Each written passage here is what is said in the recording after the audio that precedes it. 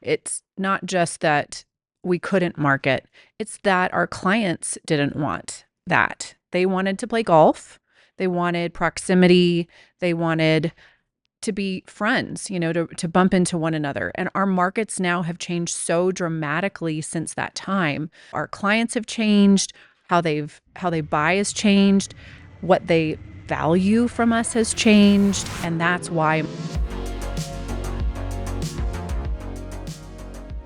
Welcome to the Bold Brand Show. The SMPS Foundation was in town for a retreat this week, so we have a treat for you. We're going to be unpacking some of the latest research from the SMPS Foundation. Here with us today are SMPS Foundation trustees Sarah Kinard and Michele Raftery. Sarah is a nationally recognized strategist, researcher, speaker, and the head bird of the Flamingo Project, a consultancy known for helping AEC firms grow with clarity and confidence. With over 20 years of experience, Sarah brings a research-first mindset and a refreshing approach to market research, business planning, and strategic growth. Sarah is the current SMPS Foundation National President. Michele Raftery, FSMPS, CPSM, Well AP, is a principal and partner at 4240 Architecture and just wrapped up her term serving as the SMPS Foundation President. Her work is driven by the power of actions and results that can come from good research and intelligence. Sarah and Michele, welcome to the Bold Brand Show. Thanks, Josh. Thank you. So on this podcast, we want to learn what you're thinking about, the challenges the industry is facing, successes you've had, and some of the boldest moves that you've made. Specifically, the SMPS Foundation partnered with our friends at FMI Consulting to conduct one of the most comprehensive studies on emerging marketing and business development trends in the AEC industry, combining insights from more than 200 surveys, 25 executive interviews, and cross-industry research to reveal how the profession is evolving and where it's headed next. While anyone can read the PDF, I'd like to dive in a little deeper to help clarify some of the takeaways from this study.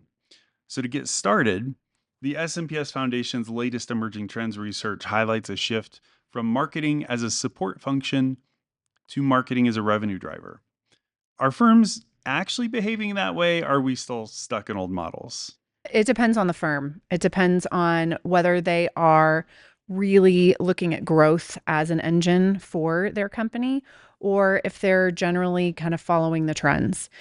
There's a lot of structure that has driven us to having marketing as a support function rather than a strategic lever for firms. And so if you look at firms of any size and you see that the vast majority of marketing staff are proposal or pursuit focused, then they are not leveraging the talents and the skills of marketing to look at where the firm can go and what the firm can do in the future.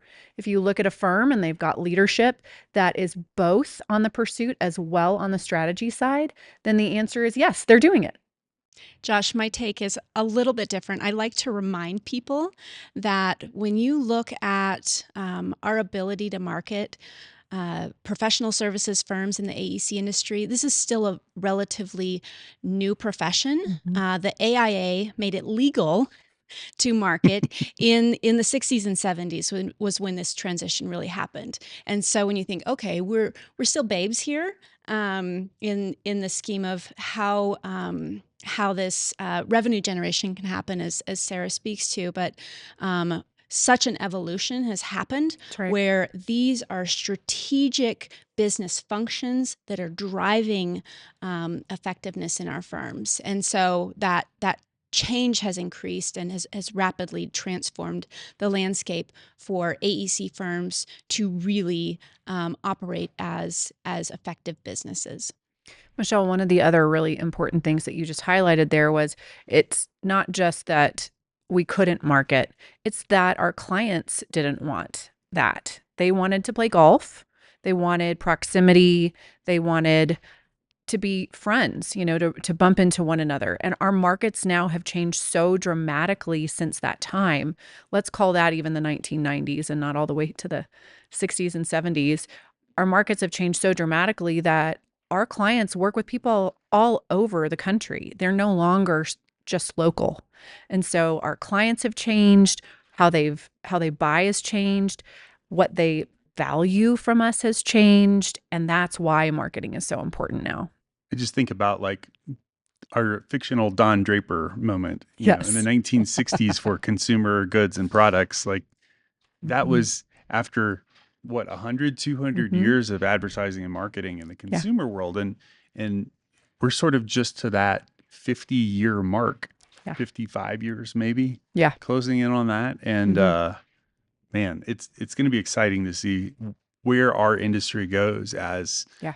marketing matures Yeah. further as well. Yeah. One of the dominant themes in the research is the growing integration of AI and automation. Where Mhm. would you say firms are overhyping AI and where are they underutilizing it? Overhyping everywhere, I would say.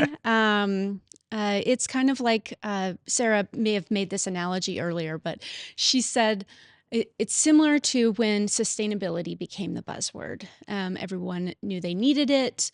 Um, not everyone had figured out what that means, but everyone was talking about it. And there was just such a broad Mhm. range of adoption, much less workflows in place that could Mhm. could really capture the opportunity with AI. And so, Mhm. the technologies, the processes are critical Mhm. when paired with that human experience. Mhm. Well, and where AI is today, where AI is going to be in 5 and 10 years, we know it's going to evolve and change. But what we know today is it is not a solution alone. And I think that is the overhype that we're talking about, that many firms go, oh, great, AI, it's a solution. Well, was Revit the solution? Was BIM the solution? No, it's just another tool. It's another way to collaborate. It's another way to integrate in projects. And AI is another way to use different workflows that might be more efficient or they might not be more efficient. And that's really, to me, the evaluation of AI in businesses is where does it 2x someone? Mhm. Take away some of the redundancy in their job along with the certainty, because that's the big question, right? It's also what certainty do we have with it? I'm a huge proponent of using AI in all kinds of things, but understanding what is it replacing, and is that something that I'm willing to replace with AI, or something that does need the hand holding of people and the understanding of walking around this earth for the last 20 years in this industry. Yeah. So production, Yeah. absolutely production. The other thing that we've seen that this brings up is the ability to build trust. Our Mhm. industry is based on building trust and Yes. building relationships and shortening that trust cycle in order to create opportunity, right? How Mhm. can you build a relationship that Yeah, you can immediately trust that's someone? right. And what we do is hard. It takes a Mhm. lot of people working together. And so Yeah. if if AI can do some of the, let's call it grunt work, Mhm. to Yeah. increase your ability to be effective in creating that human connection and building trust, then we know we're using it properly. Yeah. But I can't tell you how many times conversations are just navigating to, well, this happened and I can't believe AI got it wrong. That's right, AI is learning. Mhm. But there's this big thing called trust that we need to be very deliberate That's about right. our engagement. That's right. We are a industry of accuracy. And, if you haven't drawn that correctly, interpreted it correctly, and they go to pour the concrete or insert really anything in our world, that's a huge problem. And that's a huge risk for your companies. In marketing, because we're talking a lot about what I would say the practitioner's work in our industry, but in marketing, it's a huge opportunity to help us parse that client information so that our people can go build trust. So we've got a lot of really good opportunity in our workflows, as well as in helping our practitioners with the intelligence that they need to build that trust. Yeah, I'm sure there will be areas in which AI can just start to finish do a thing. Yeah. But like for me, I think about it more in terms of like doing a thing with AI's help.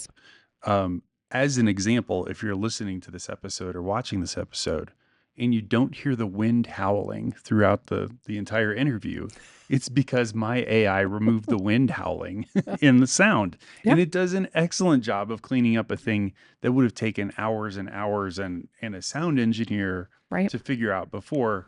And now Correct. I can just drop that filter onto a track and it takes it out Yeah. because it's a particularly windy day in Denver today. Yeah. Well, the research suggests that firms that win in the next decade will be those that blend human relationships with the advanced technology. Mhm. What do you think that balance should actually look like in practice? Well, we are people.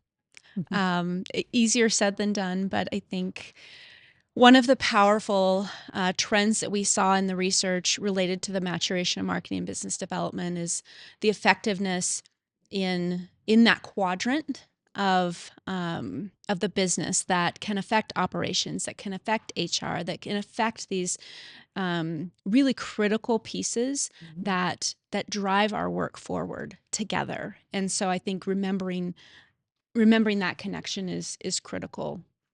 Mhm. And I think the other important part of that is we are human. And as we are leading and as we are moving through whatever initiatives we have going on in our company, that the blend of technology, intelligence, and people is all supposed to bring us together with a common understanding and less friction. Do you think we're heading towards a future where proposals are largely AI assisted? I know everything that is being sponsored by everyone right now seems to be a new AI proposal tool. Mhm. And because I'm not in the world of creating those Mhm. proposals, I'm not in that so much. But what do you think becomes the real differentiator if all these AI Mhm. tools are helping create proposals? I mean, we were already seeing a sea of sameness in proposal Mhm. responses. Our industry is driven by proposals. It's a very important function That's right. for marketing and business development and revenue generation. That's right. And so I think the answer isn't we are headed that way. I think it's we're there. Yeah. And everyone is using it, and differentiation is the real issue because there's a sea of sameness That's right. that is a result of the technologies. And so it's that leadership and that strategic vision guiding the technology to celebrate those differences and Mhm. find new ways to be able to talk about and connect to why that matters. There's an aspect of the proposal that's about a compliance. We all know this. And that is an area where AI can really help, going through and understanding what is this one asking for? Is my proposal compliant? What are aspects that I need for that? From a messaging standpoint, to your point, Michelle, it's the danger of the sea of sameness. And so rather than saying, is it going to replace proposal coordinators? Because that's what I hear all the time is the question. The answer is no, because you need intelligence about your clients. You need all of that business development pre-work that you've done, the research you've done about the clients, the priorities with that project, all of those underlying things to really message it at the end of the day to the human that you're going to interview with. I purposely did not say the human that is going to read it because many of our clients are putting them first through an AI platform for compliance, just like they did before. Are you over 50 pages or are you not over 50 pages? Did you submit your XYZ compliance plan? I'm of course talking about public in this moment, but Mhm. there's compliance that has always gone along in our industry, and it was always the first filter. And if you weren't compliant, you were out. Same. It's just a different set of tools is evaluating whether you're compliant. And eventually you get down to the human who's reading your content and they're saying, do they know me? Do they see me? Do they understand my problems? And how do they plan to solve it? And then, of course, the interview, as of right now, at least, we're not doing AI driven interviews. Who knows? At the end of the day, proposals matter. Um, yes, as a compliance, but it does come down to the people. Yep. Our top trend in this year's research is around collaboration as a currency. Not necessarily from a project delivery standpoint. Yes, there are ways to structure a contract and delivery method to be more That's right. effective for certain projects and clients and decision making, but also how those teams perform together with the client, how those teams perform internally with the client. But Mhm. more importantly, what are those buying behaviors? You want to know your architect that you're potentially going to work with well before you get a proposal response with their face in that got through compliance, Right. right? That's And right. so collaboration as currency, it's no longer one person saying, here's the firm we're going to work with. It's multiple people saying, here is the team that we want to work with That's right. and why. And they are going to their team members and saying, here's why I think that's important. And that is not coming through AI generation. No. That's coming from the human experience, which is a blend of what they've learned through those interactions, as well as what they've learned through that response, as long as it's aligning. Yeah. Yeah. Well, I think speaking of the human piece, I mean, the research talks about predictive analytics and advanced CRM usage, but so Mhm. many firms are still sitting on data and they're not Yes. utilizing it at all. Why is that? Well, maybe I won't answer the question of why that is, but I can talk about one of the major forces that we've seen in our industry. Um, Private equity has entered AEC um, in full force. One of the things that that has done is it has made us better business people. We now need That's right. metrics. We now need to clean up our data, and we now need to be able to talk about Mhm. ROI as it relates to increasing EBITDA. So it's a really uh, important influence, Yeah. because while you're a PE firm and you're doing that, or you are competing against a PE firm and you are shifting your practice because you need to be competitive Mhm. for your markets in which are potentially more risky Mhm. to lose those engagements. So private equity, uh, it's changing things for us, Hmm. and we get to decide what we want to do with that. Yeah, and it's also the gasoline on the fire of like, I want Yes. more people, I want to grow, I want to invest in certain things. So Mhm. firms who have that PE investment have the ability to scale and tackle problems that they may not have had the cash flow to do otherwise. Right. That's all right. And a timeline in which they need to do that. Right. That's right. And I think what you've touched on there, Michelle, is you have this data. What business decisions need to be made, and what data do you need to make those business decisions? And so, going back to what you're talking about, whether it's private equity or not, thinking like a business person, it's I have this data. Is it going to drive the decisions that we need for this business? Or is it going to drive our ability to be more competitive because we have intelligence? So I think the barrier really is that firms don't know how to use the data and are still thinking very service-based marketing and service-based strategies that are one-on-one versus one-on-many. One of the things that came out of the research was the call for us to think more like product marketers. How do we get messages, customized, tailored messages to our end audience utilizing that data instead of the generic messages? This goes into that differentiation that we were talking about relative to proposals. So you have this data, and are you leveraging it? Probably not, because we don't know how to leverage it right now. They're in systems that we're not necessarily connecting to other systems. That really drives the other aspect of the maturation is marketing, where there are roles now in marketing teams that are about data and companies that are about data. And that's the overall maturation of our firms as well as the marketing teams, so that you have people who understand with data what you can do. So we're sitting on gold. Yeah. Well, I mean, I'm sure there's lots of mid-sized firms and probably all sized firms, but let's pretend I'm a mid-sized firm owner Mhm. We know we're sort of behind on Mhm. technology when it comes to marketing, and we really would love to ramp that up. That's a big goal Mhm. for us. Where would you have them start, or how would you guide them into really becoming tech forward?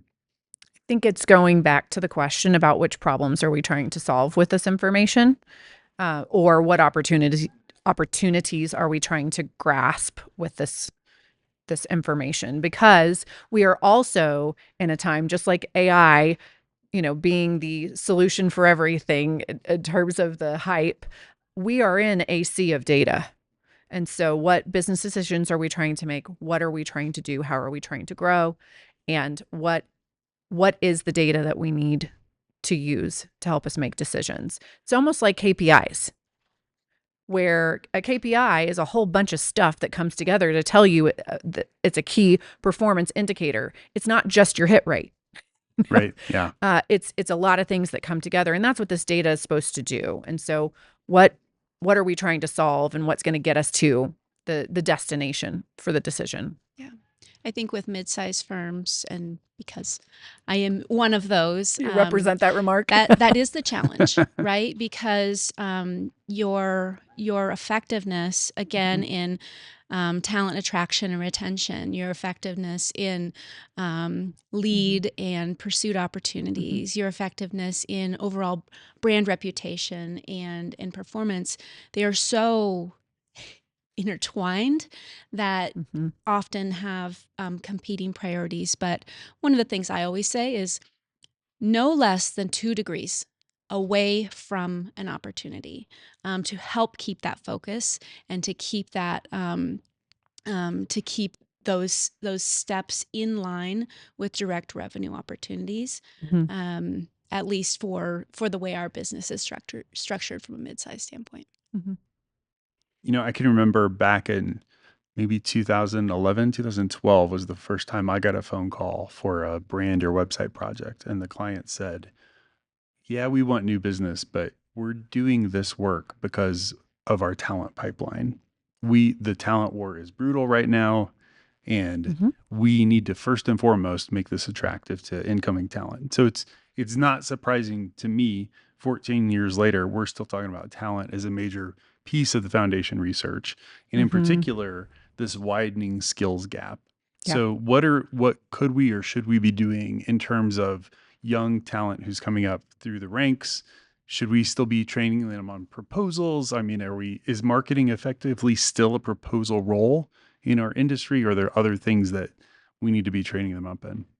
One of my favorite things that we did as part of this research was to look at how universities are educating the marketers and salespeople of the future, because they're looking at what are businesses demanding across every sector and across the world, honestly.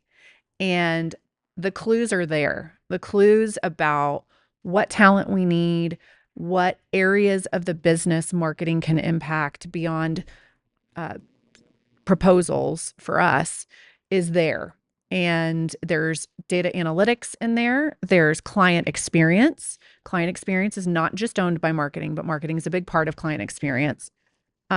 There's, of course, general sales, and that they use that more the way that we do business development, and what I would say pursuit focus, account based marketing being part of that.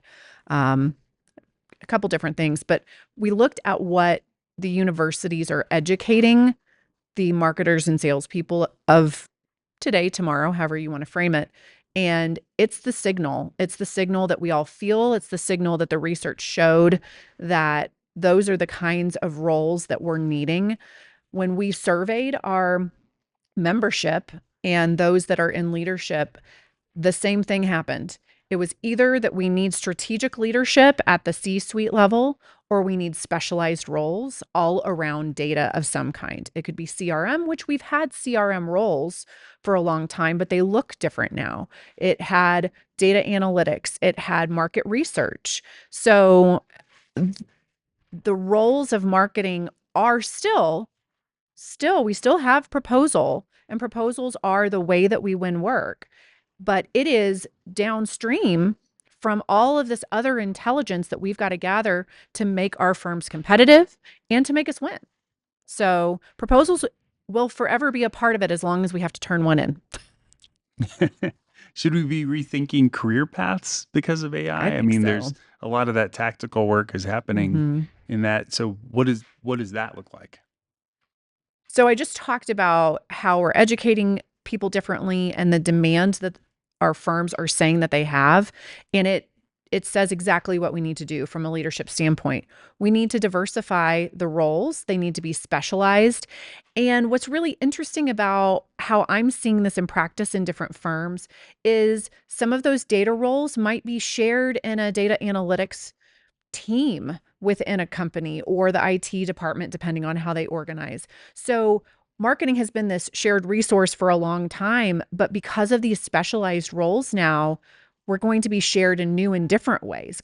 As I mentioned, client experience is not just owned by marketing because the client experience and the brand is felt through all points in the relationship. And marketing does not own all of those points in the relationship, but we're a key stakeholder and a key participant in those aspects. So, to go back to the question, it's specialization and it's specialization towards differentiation. That's what it is. I think one other aspect on that, Josh, is we have um, we have seller doer models hmm that Mm-hmm. that vary broadly, but are still in place because that is an important part of the trust cycle. Our seller doers are exhausted.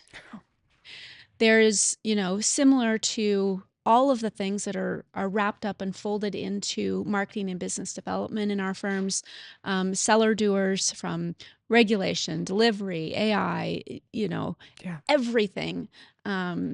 It's a lot. And so I would say the pathway and career opportunities for future marketers is really starting to think about, again, how we deepen that effectiveness with our seller doers in our firms, to really create a new way to connect, align, and execute on these opportunities to connect.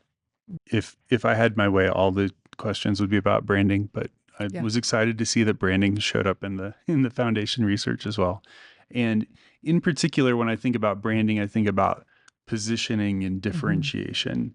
And when clients say that the time and budget and resumes are important to them, then all the firms sound the same because they're talking about time and budget and resumes or safety or sustainability or whatever the latest trend hmm is. And the things that came up in the foundation report around the research expectations for clients were transparency, speed, and personalization. And I'm curious how that's going to impact brand at this point.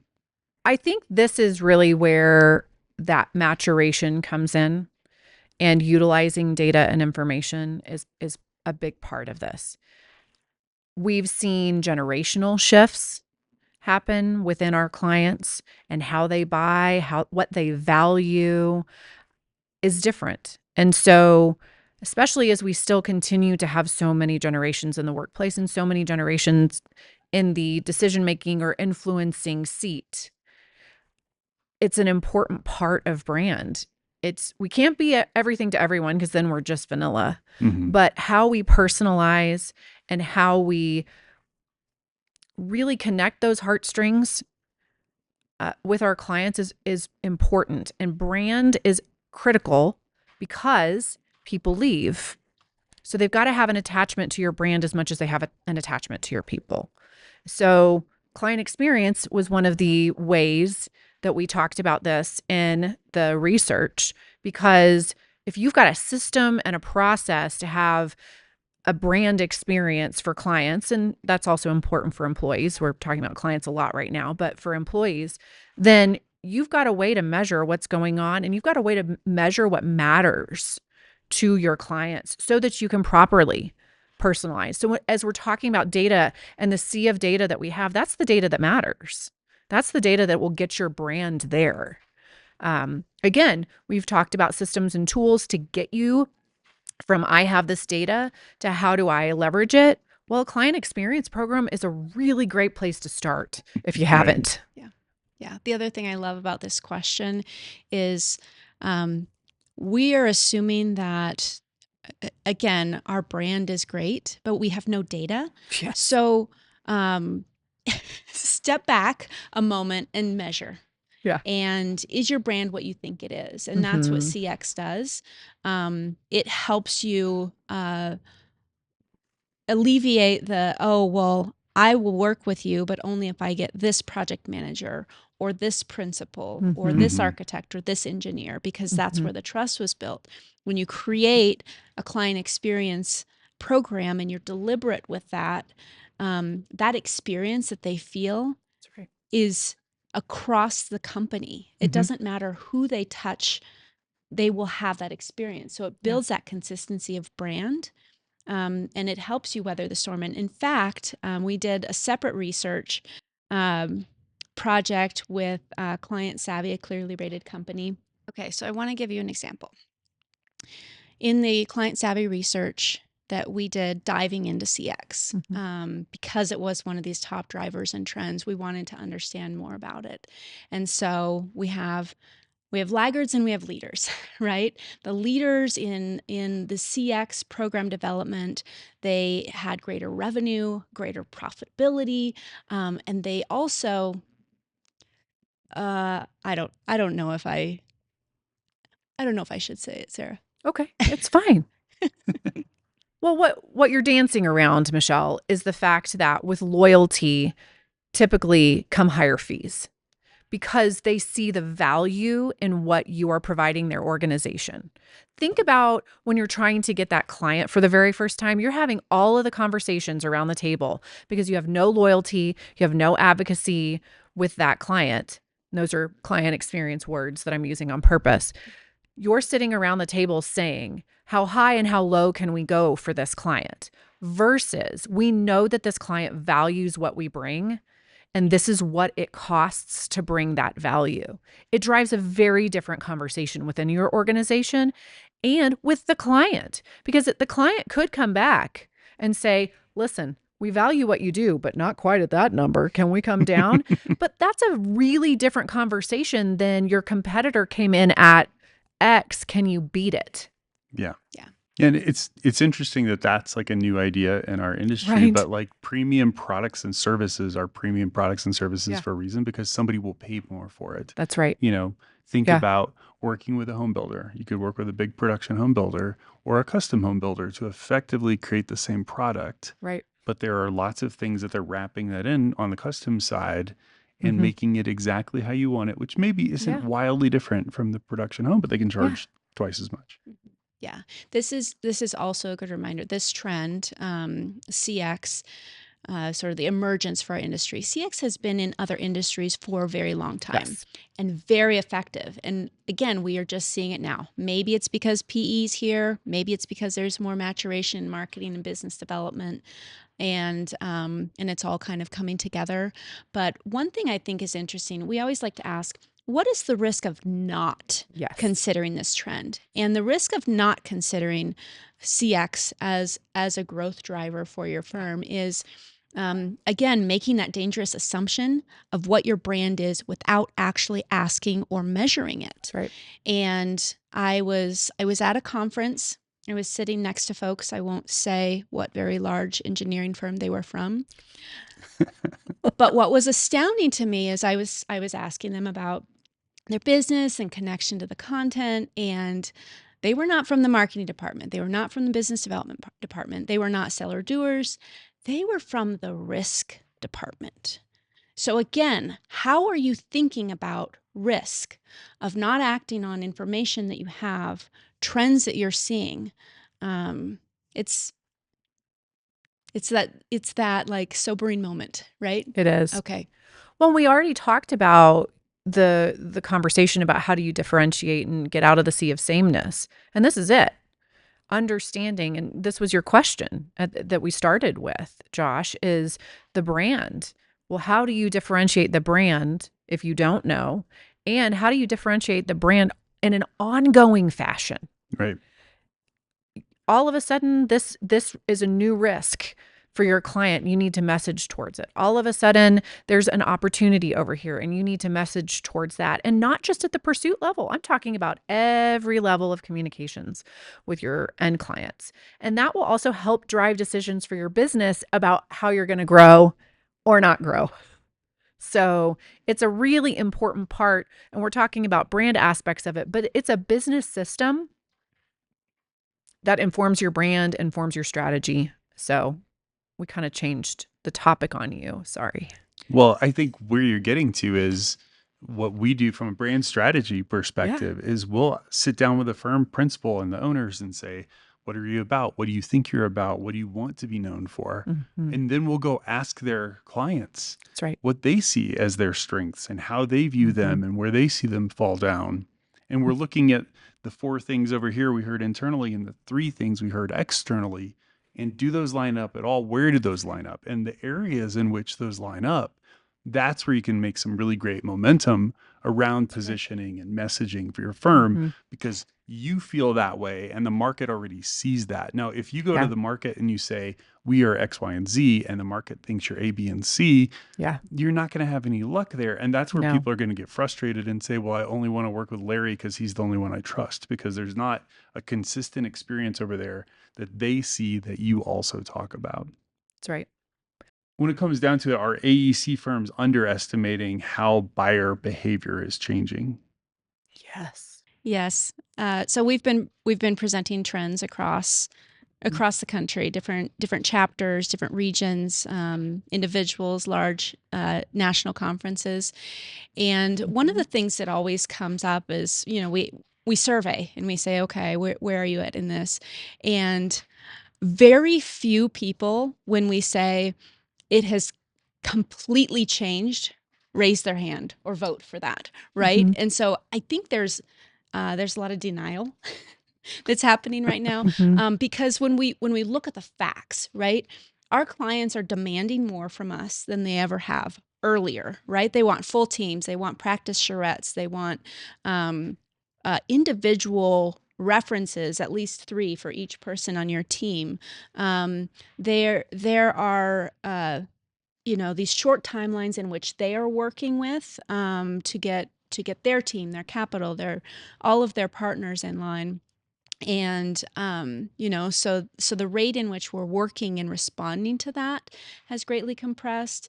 I talked a little bit about this trust cycle. Again, it's such an important opportunity to be a partner versus a service provider. We don't say this word commoditization very much anymore, but that is where it will end if we are just having AI go through our proposals, look at a number, use a qualitative analysis of fields that have been entered in for factors of consideration. If we don't have that human piece in there, it used to be, hey, I'm the head of this company. This is the firm I want to work with because I grew up with Sarah or Joe, more so. And we're going to do that. We're going to put this together, and it's different. It's very different. And part of the reason it's different, we've got generationally some things happening that are different, but the main reason, and this showed up all over the foundation research, is risk has shifted and changed, period. And when clients have the vast majority of the risk and there's not a lot of risk sharing, how they make decisions and what they make decisions about is loaded in a really different way than it has been in the past. That's why they're demanding collaboration. They want to know I've got the best team of minds all around this, and that you all have actually sat here and thought about my problem. You mentioned the charrettes. They want, as you said, those 3 references for each individual. They are taking on all of the risk and they are making decisions that way. And so even if you still had the same sort of generational considerations about how they make choices and what they value, the owner has more risk than they used to have. And the landscape, just like for us, continuously changes for them. And so they are different because what they are dealing with is different. Yeah. Yeah, a piece of that too is the generational differences, and Mm-hmm. there are a lot of people that were retiring or trying to retire. Yes. We had the pandemic, we had the Great Resignation. Everyone's now at different firms. How do you market someone whose experience was elsewhere and haven't really That's right. collaborated with new folks at the firm? So again, more risk. That was happening on the AEC provider side. At the same time, that was happening with our clients That's right. and with our partners in these various jurisdictions. And so everyone's in a new role. Everyone's trying to figure it out, and Mm-hmm. maybe there's a human piece around that too, that we're trying to sort through to say, you know what, the rules used to be this, Mm-hmm. but if we look at it at the end of the day, what are we trying to accomplish That's together, right. and how can we bring everyone um, together in a way that supports that baseline, but also kind of exceeds that, because standards are higher. Standards are higher. And the people that we're selling to have been in this market doing this. They're not, this is not the one and only project that they're ever going to do in their lives anymore. They've been through the ringer. They've had the successes. They've got, their favorite teams or assumptions about favorite teams. So, we're dealing with people who have a lot of bruises, honestly. Like you just said, we were dealing with certain things, our clients were dealing with certain things, jurisdictions, the whole collaborative environment has had a lot of stuff shift. And we've had some things happen that we want to repeat and things that we don't want to repeat. And so again, it goes back to risk, because what risk am I willing to take, and as the end client. Yeah. So that's a conversation we don't talk about a lot. And I know as we've been going around the country talking about this research and helping people unpack it, normally we talk about market trends or we use other words. But when you say risk, it grabs onto that neuropsychology, right? Which there's research from the foundation on neuropsychology, just Little as an fear of aside. loss there. But, it grabs onto something in a way that I have seen resonate with marketers at different career levels as we've been going around the country talking about risk. So Yeah, that's why I'm liking to frame it that way. and the rate of change is increasing. Yeah. Right. This industry has always uh, been impacted by economic swings, Mhm. and because of the report doesn't talk about a lot of those forces that we know impact us from a regulatory standpoint, from a cost of capital standpoint, from a workforce standpoint, but it is a huge factor in how we can be effective and Mhm. get in front of what that might be. That's right. And so, I guess to answer your question, Josh, it's complicated, exciting, and if anyone can figure it out, we can. Yeah, maybe to combine two questions that I was going to ask you, but in a world of, some firms are largely pursuing work based solely on vibes, and some are, have a really intricate go no go process. Mhm.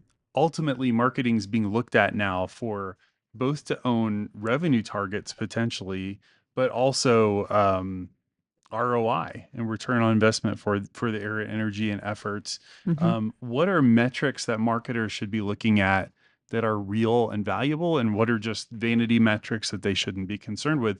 And should marketing own those revenue targets?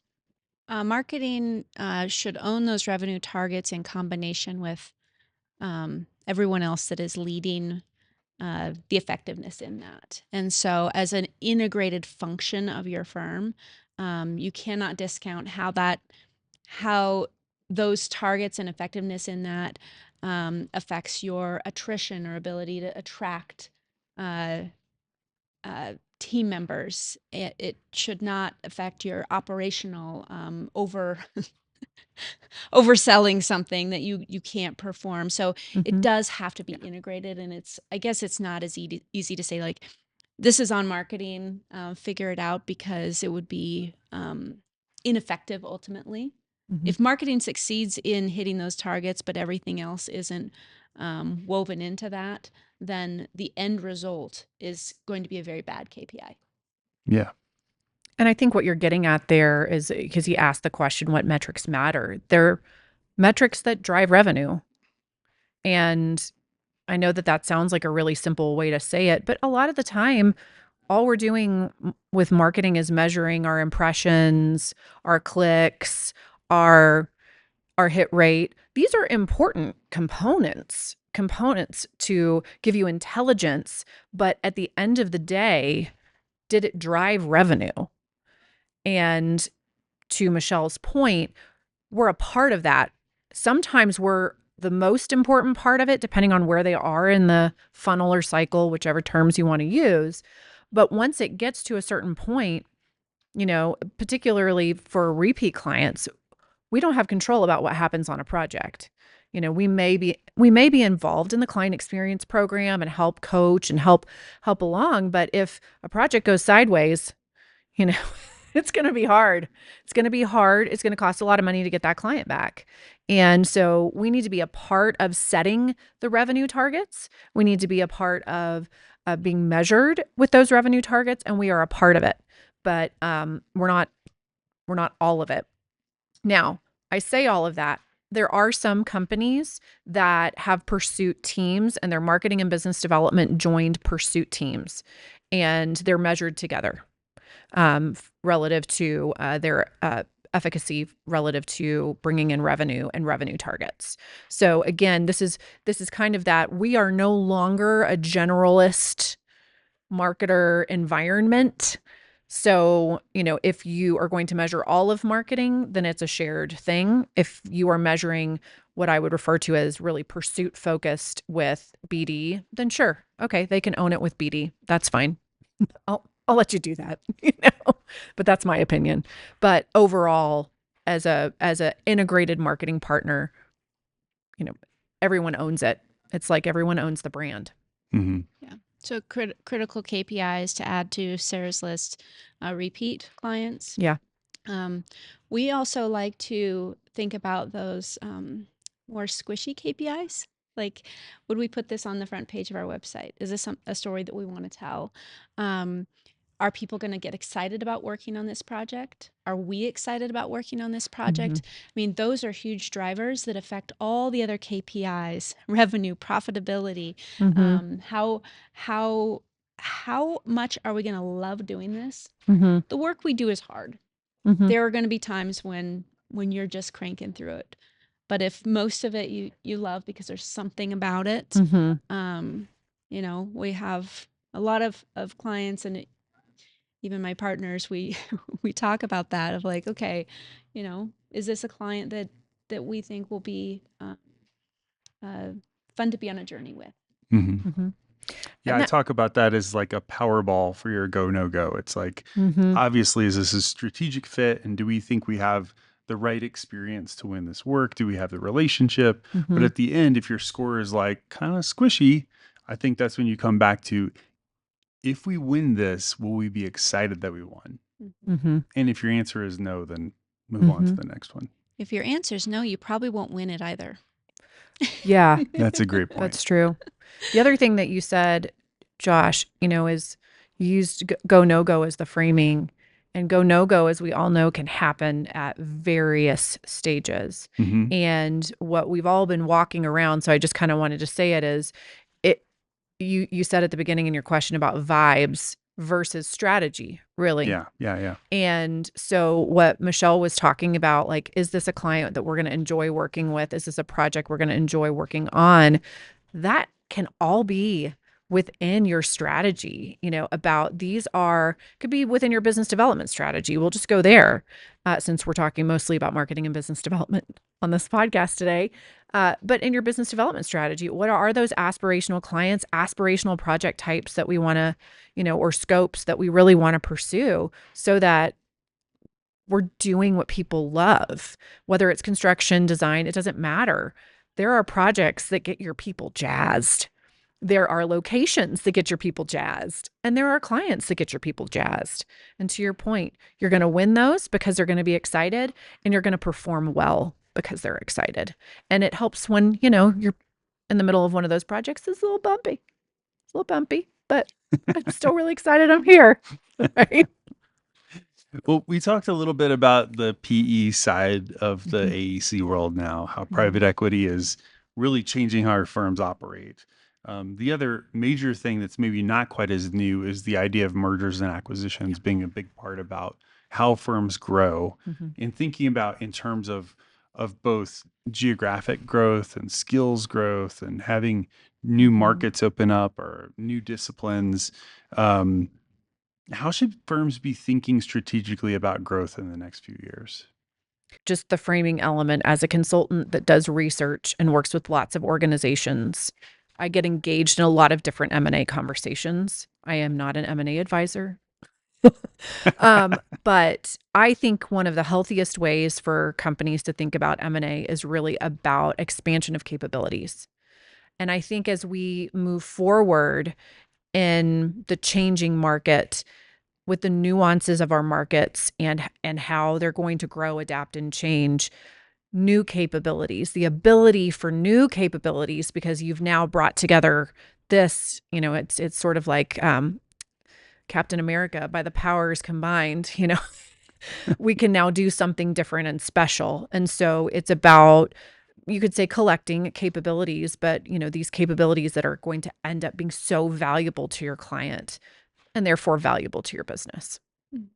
And I think what we saw with the trends is both from a PE and an M&A side, there is more activity on the engineering than you Mm-hmm. see on the construction architecture side Hmm. for a lot of reasons that we can imagine, but also, again, to be effective in delivering that, expanding services, and a little bit more of a business mindset around just less vibes and more like KPIs. Mm-hmm. Um, Not entirely, but I think it is interesting to look at how the E side of the AEC has really leaned into that even more. Mm-hmm. And the ones that I have done a lot of studying of are about those capabilities to be more valuable to the client and solve more complicated engineering problems. Engineering is a giant discipline, right? I mean, you can talk about horizontal, vertical, invisible, Right. products that they're designing and building, and they really understand the nuance of, we need this expertise now over here because of a new regulation or new compliance, or um, and they're bringing them together like Captain America. I Is it think Captain that's America? Captain Planet is what Captain you're looking Planet. for. Yes, by the All the powers nerds who watch combined. my show want to That's make right. sure we Well, get that one straight. and now you know how old I am Avengers too. Assemble is Captain America. Yeah, But that's right. yes, Thank you. yes, yes. Avengers These are very Assemble. similar. Yes. They are. Yes. Uh-huh. Maybe staying on the M&A topic, I think from a branding perspective, having a multi-market, multi-office firm is tough enough to have a consistent brand or Mhm. client experience. But Mhm. then when you think about the through the lens of M&A, this is another firm with another history with other Mhm. offices in multiple markets. Mhm. Um, how do you integrate all of that, or what is the foundation data showing us that how firms best integrate following mergers and acquisitions? I think the most successful firms have again an integrated strategy, and because it typically in the M&A landscape, these are larger firms acquiring multiple small firms. That's not always the case, right? You could have a like for like, and there's a merger, but in general, um, you you are most effective because you have the heads of these very focused disciplines as part of the conversation. You have a head of communications, you have a head of integration, you have a head of collaboration, you have a head of all of these different functions that are not necessarily found in most firms, but are Mhm. critical to being deliberate about the brand and the culture and the services and the opportunity to come together and be stronger together. Mhm.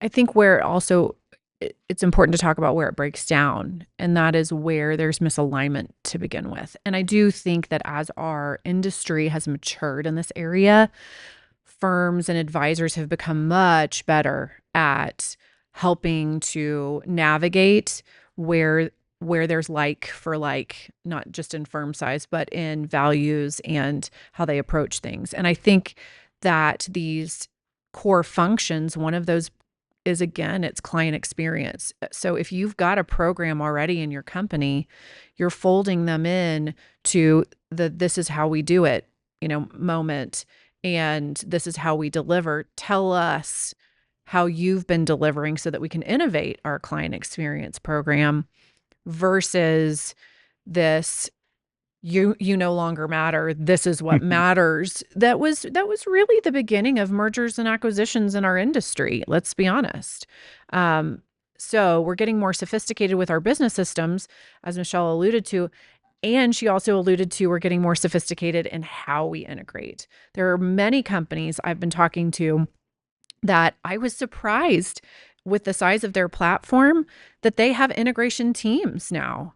And they do. It's not just for HR and IT, which we'd seen that in the past, but it's Mhm. the marketing and the comms and the business development, because they don't want people to miss a beat. They don't want employees to feel left out in the cold to figure it out on their own. It's an all around, right? It's clients and employees, all of that. And I've just been really impressed personally with some of the outreach that I've gotten from these integration teams where they've only done one or two acquisitions, and they realize through that process that that's a critical component. So they've built these teams before they go out and acquire any more. So you know, they're not Jacobs, AECom, really, really large. They're not. But they care a lot about what they do. And so they're building those teams to make sure that the business continuity is there. And part of the business continuity is the brand and the clients and the people. Right. And the reason that many of these firms are in the position to be acquired is because they do not have a transition plan in place, or the talent that's been grown in the right way to take over, or they haven't had enough profitability to really allow those founders to retire. I, And there's an interesting thing that's kind of continuing to happen, which is like, um, we have, it used to be you're an architect, you die at your drafting board. Like Mhm. you just do it. And Mhm. that has changed in the last, I would say, even just 20 years. Um, People want to retire. They want to leave the company to someone else, Mhm. and when that is not an option because of various factors, they are, you know, placing it and creating that growth opportunity in other ways. I think the other thing that's happening is these firms are incredibly valuable. They're incredibly valuable because they've got capabilities. And that's Mhm. why we're seeing a lot of these M&As happen, because they've got a capability. They may have found a limitation with their growth with that capability, or they've just made the decision that the best way for them to grow is to be acquired. I've been parts of firms personally that thought that they would be the one to acquire and then decided that the best path for them was acquisition.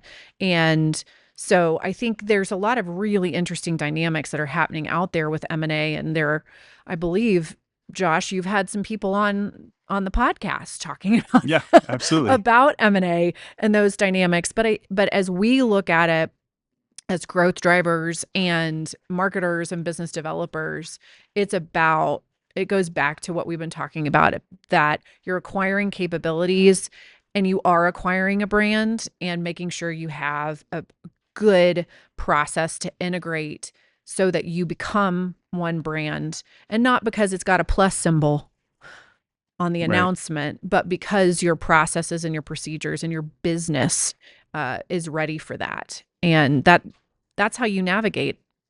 And I made it sound simple, I guess. It's not, because there's people involved, and that's why I started with protect the people, Right. both your clients and your employees. Protect your people because they are the ambassadors of that success.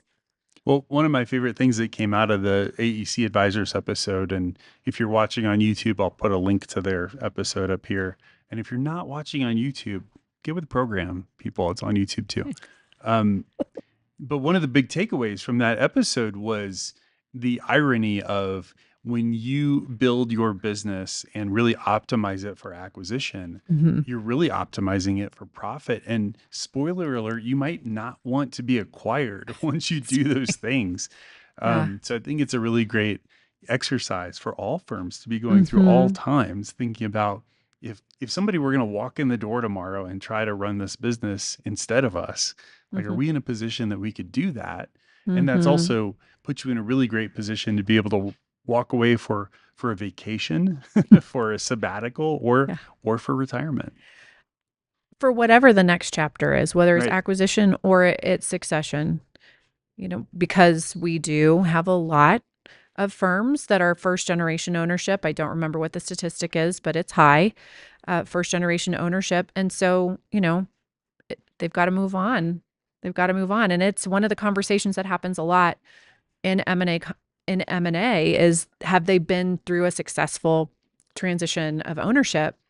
Because that's the question of, can we go on vacation? Yeah. Would you say, in addition to maybe the financial planning side of it and thinking about in those terms, what are other bold firms doing differently that your run-of-the-mill firm isn't thinking about? Finding a unique voice. Part of the reason brands can be bold is because they've identified and accepted who they are, and have found a way to talk about that. And so when I think about, I don't have the answer for everyone. They only know that themselves. It's almost like looking in the mirror, right? And having that confidence and insight and, I don't know, fire in their belly to go and be bold and to do things differently. I think that's really the model, and everything else will follow. It has to start there. Mm-hmm. I think what you've said, I'm going to say it in maybe a more provocative way, is it's focus, clarity, and saying no. That's when I see companies doing bold things, they've said, this is what we're going to go do, and we're building a business around doing that. If we want to be known as, and this goes into your company's vision, if we want to be known as X, then we are investing towards that. And we've seen it happen on the commercial side of things and in our consumer world, where brands lose focus and you say, oh man, they're all over the place. And then you hear in the news or in the stock market, that they're all over the place because of it. And so we know that focus is critical. And the other part is focus, and being bold in that way is your differentiator. And that's what you're saying, Michele, is stand out for who you are in your brand voice. And I think that when companies really go after that, they're looking at all business functions. They're not delegating one of them to an administrative role. And we're a business function in marketing and business development. And as we talked about earlier, now we need specialized roles in order to be able to do that. We need them across all aspects of our business, not just marketing and business development. There's all kinds of intelligence that HR is looking for in terms of recruiting that they didn't use before. There's all kinds of things operations is looking at that they didn't look at before. So I look at it as a bold business says, this is what we're doing, this is what we're not doing, and they absolutely architect their business towards that. It takes courage and it takes discipline. And it's hard. I mean, we're all business owners here on this podcast. It's hard. It is hard. Yeah. So if there are so many topic areas that this foundation research covers, and we'll tell everybody where to find that here shortly. But what if I'm a firm owner and I just say, I'm going to ignore all of it. What's the risk in not paying attention to what's happening here? Michelle already touched on it a little bit. It's the sea of sameness. Everything that we uncovered in this research was that you have the opportunity through collaboration, through focus, through CX, through really having a mature business function in your marketing and business development to differentiate and to win. And so, the sea of sameness, staying in the sea of sameness is really your risk. It's losing out on opportunity. It's not resonating with the market. It's your clients going, "Who are you?" But it's losing what you have. I think is the biggest, because it's going to move this way. Yeah. It is moving this way. Yeah. So get on or there's go no, away. There's no status quo. No. So you can't do this, right? You either do this, you grow in your effectiveness, you grow in what you're doing, or you're declining. Mhm. So you get to make that choice. That's right. Well, this is maybe tagging on to this idea. There's so much future-facing research in this report. Mhm. So I'm going to push the two of you to go a little bit further. Okay. This is where I typically ask people to look into their crystal ball and tell me Uh-huh. what their bold prediction is for the future. I would say maybe if you can share one prediction that you feel strongly about and one that Mhm. you're maybe not sure, a little uncertain. I predict that we are going to see a percentage up to 20% of CEOs that were former CMOs Ooh, I like that. or CGOs, Mm-hmm. CSOs, if you have a sales or strategy. I'm seeing it happen more and more in the succession of regional firms.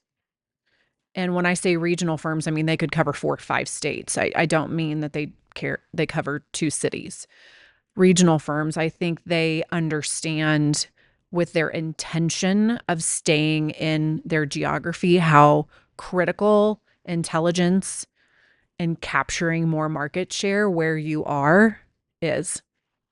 That's what I've witnessed across a couple, and I go, yes, you all are awesome. You're doing something different. And bold companies say no. My prediction is that, what is the timeline, by the way? Whatever you decide. I like to look really far in advance. So my prediction, if I were to look really far in the future, would be that marketing and business development isn't a function within your firm. It isn't a department. It is an integrated role that looks completely different than it does today. Mhm. It's almost like an insight to your client role, in the way that we have become sophisticated in how we think about opportunity and how we think about partnership. I also think that, one of the reasons that's possible is just like with all the trends we're seeing from CX, AI, Mm-hmm. and collaboration. I think the harder, like maybe less likely piece would be, can we get past regulation? In some of these markets, so much of what is holding us back is based on regulation, that it's that compliance piece, and Mhm. it exists, it's real. And so while that may be more possible in private sector work, I think some public sector, it's a little bit harder because of that, regulatory piece, to really see that same type of progress. I think it'll just be different. Yeah. Mhm. So before I let the two of you get on to all of your foundation meetings the rest of this week here in Denver, any parting thoughts, challenges for our audiences?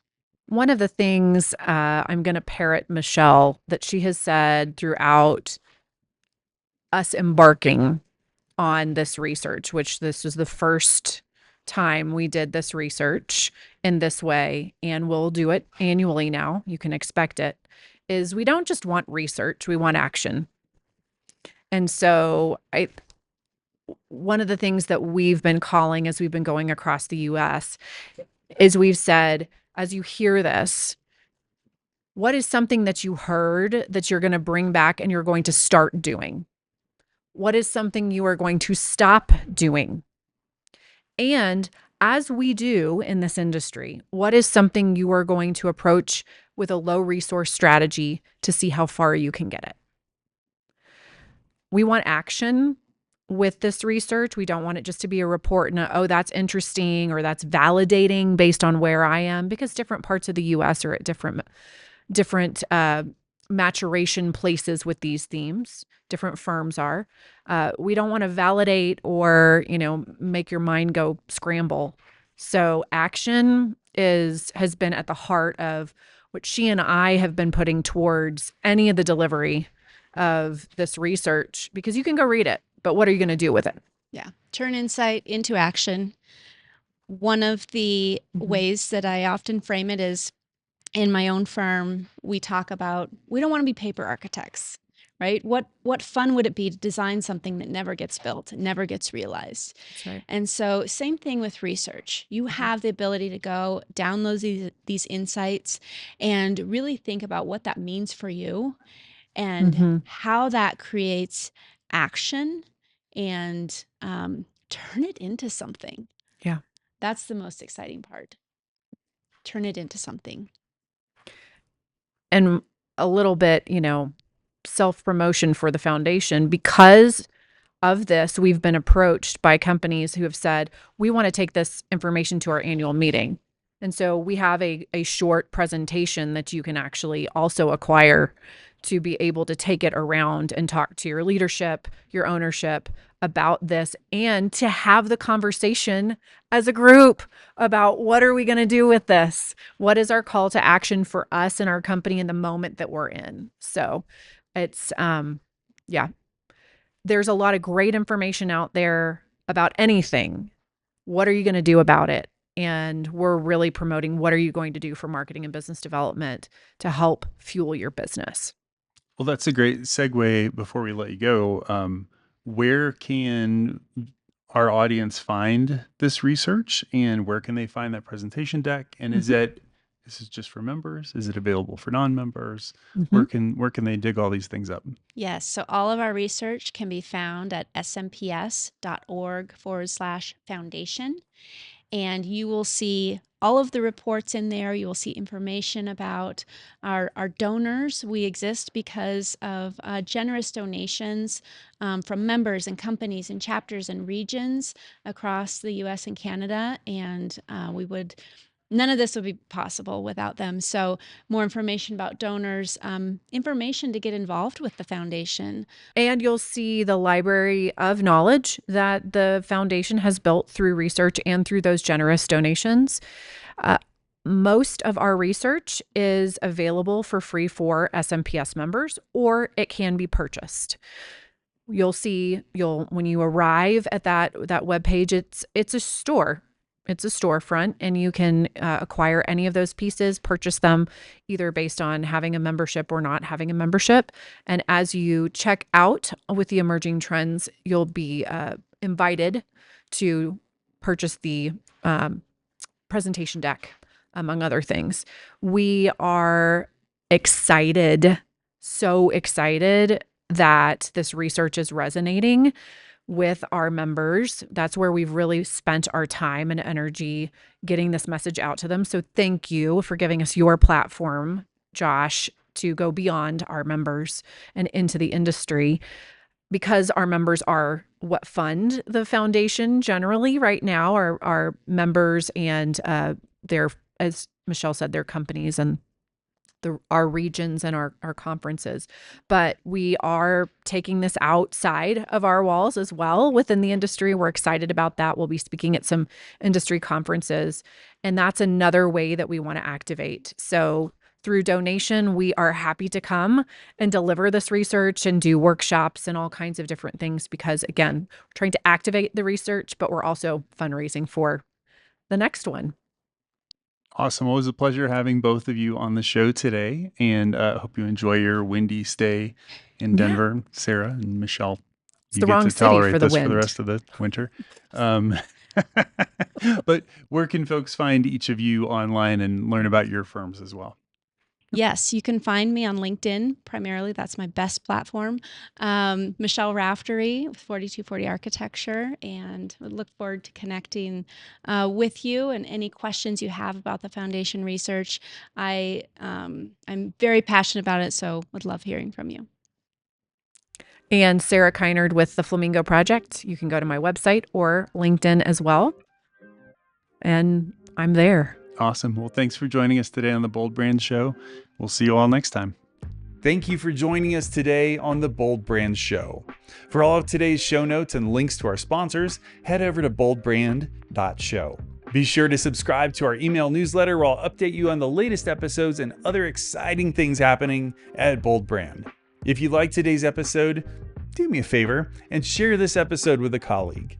Over at boldbrand.show, you can subscribe on Apple Podcasts, Spotify, and everywhere you get your podcasts, including YouTube, where you can watch full versions of each episode and join the conversation by commenting below. The Bold Brand Show is produced by yours truly, Josh Miles, and is a product of Bold Brand LLC, a branding and video agency for AEC firms based in Denver, Colorado. Visit boldbrand.com to learn more, or hit that orange button up top to schedule a time to chat about your branding or video project. Catch us next time where we chat with another bold innovator in the AEC industry. Thanks for listening. We'll see you next time.